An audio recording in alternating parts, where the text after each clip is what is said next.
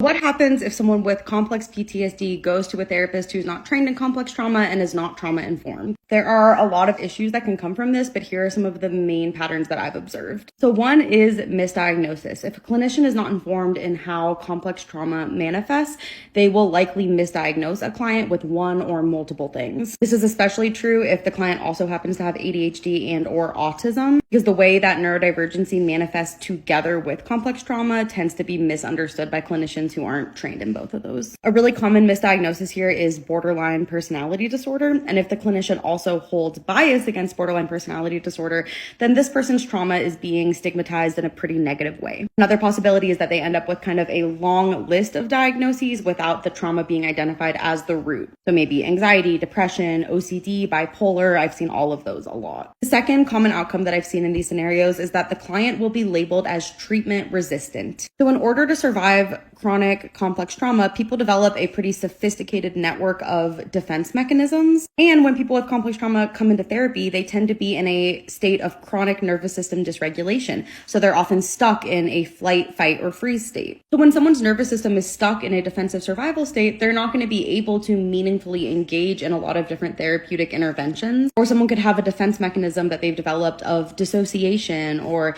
intellectualization. So then when the client experiences different blocks or barriers in therapy, they get labeled as treatment resistant. And again, it's often in a pretty negative, stigmatizing way. This client is resistant to change, don't work harder than the client, they're not putting effort in, all that kind of stuff. This is why I feel like it's so important for therapists to be trained in how to recognize complex trauma, even if they're not going to actually treat complex trauma. That way they could at least refer clients with complex trauma to clinicians that are trauma informed and trained in CPTSD, because so many people end up being harmed and re-traumatized in these clinical dynamics.